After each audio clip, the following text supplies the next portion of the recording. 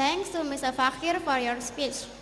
Alright, let's move to the next agenda, namely topic presentation by Ms. Quinn Fakhirah Haryadi under the title, The Importance of Indonesian Child Protection. For Ms. Quinn, time and place is yours.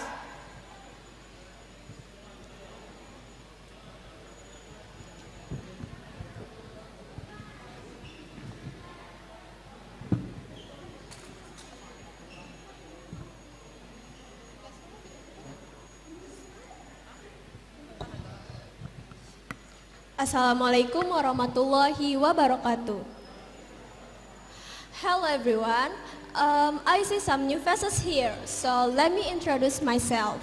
My name is Quinn Fakhirah Haryadi. Today, I'm going to tell you about the importance of Indonesian child protection. But before going on, I would like to say thank you very much to my mom, Mrs. Dharma Susilawati. To my mom, please stand up for a moment. Guys, that's my mom. Thank you, mom. And then my fathers, Mr. Panti Haryadi, and my brothers, Mr. Syed Rozan Haryadi and Wildan Ashamil Haryadi. Unfortunately, they couldn't attend here because they were outside Kupang. And I would like to say thank you to my mentors, Mr. Iksan, Miss Nindi, Miss Salma, Mrs. Rahayu Hamza, and Mr. Rafiki. I would like to say thank you very much to all of you that already supporting and helping me until I can stand here. Okay, let's continue to my topic presentation. The importance of Indonesian child protection. Children are the next generation of the nation and state in the future who hold responsibility for a better Indonesia in the future. A child should receive guidance so as not to do something that has a negative impact on themselves and others, as well as protection of their rights so that they can live, grow, develop, and participate optimally in accordance with human dignity and receive protection from violence and discrimination.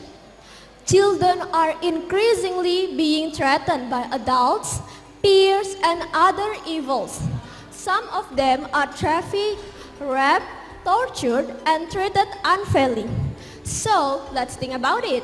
If violence against children continues to occur, can children become the next generation that can make Indonesia better? Therefore, children need more protection. In Indonesia, the need for child protection is based on three understandings. First, children are understood as part of citizens who must be protected by the state. Second, children are a mandate and a gift from God, in which the dignity of a whole human being is inherent. Third, children are the next generation and assets of the nation ideals and guarantee the existence of the nation and state in the future. Talking about child protection, do you guys know what does child protection mean? Okay, let me tell you. Child protection is all activities to protect children and their rights so that they can live, grow, and develop optimally in accordance with human dignity and receive protection from violence and discrimination. The state sees children as the next generation, so they need to be protected. This is emphasized in Law Number 23 of 2002, which states every child will be able to assume this responsibility to ensure the continued existence of the nation and state in the future. Children need to have the widest possible opportunity to grow and develop optimally, both physically, mentally, and socially, and have noble morals. Protection efforts need to be made and to realize the welfare of children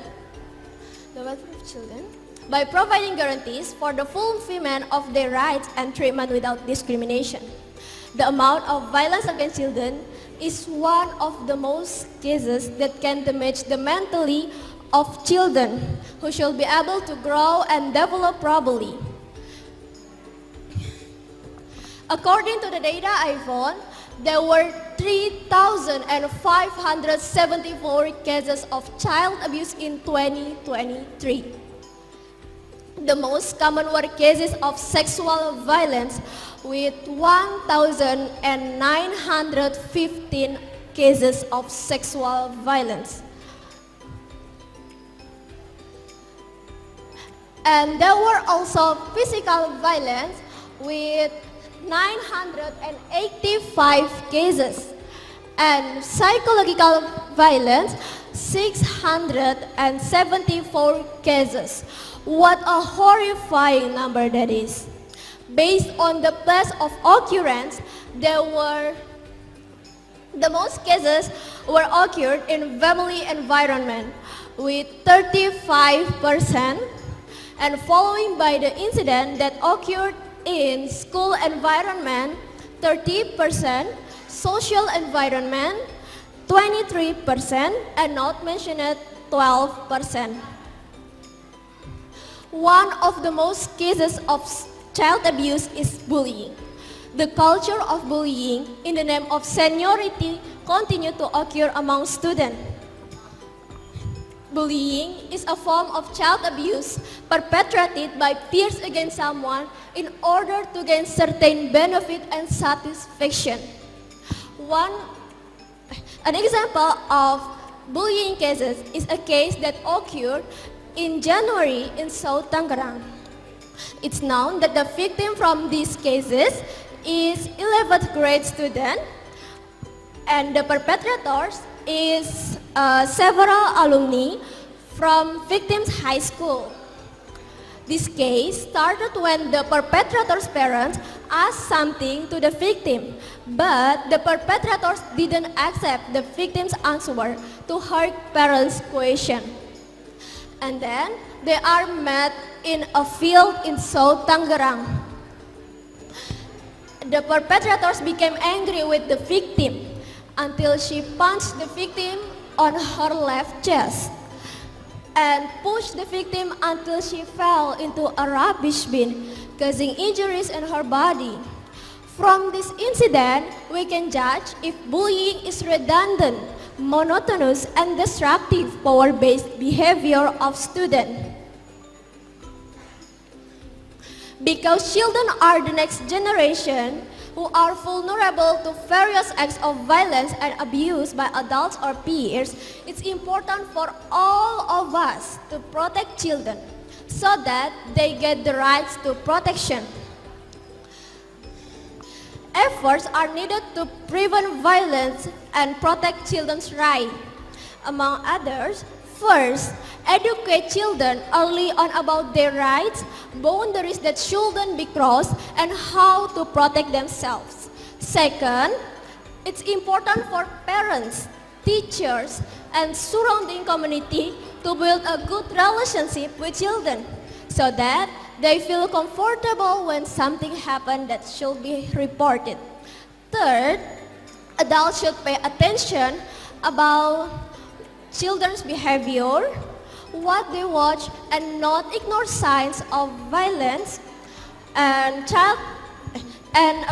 adults should also pay attention to child's surroundings.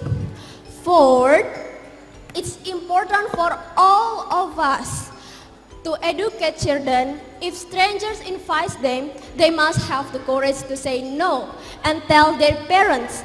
And the last one, strong rule of law. The government should establish laws regarding violence and abuse, as well as severe sanction for the perpetrators. Implementing the above measures can help prevent the risk of violence and abuse and protect children from these dangers. Ladies and gentlemen, this is the material that I can convey to you. Thank you very much for your nice attention. I hope the material I hope you guys can understood and comprehend with the material that I have conveyed. Remember, children bring hope for a better world. So, let's strive to create an environment that support their growth.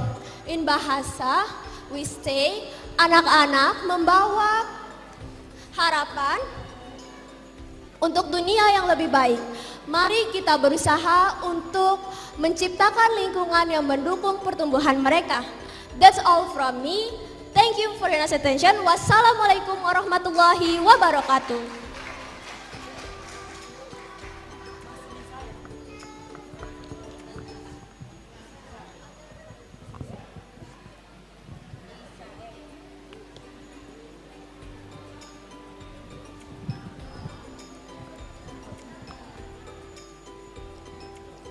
Thank you, Ms. Quinn, for your topic presentation. For the third speaker, I'm going to call Ms. Fitri Ramadhani to deliver her storytelling under the title Sleeping Beauty. For Ms. Fitri, time and place we invite.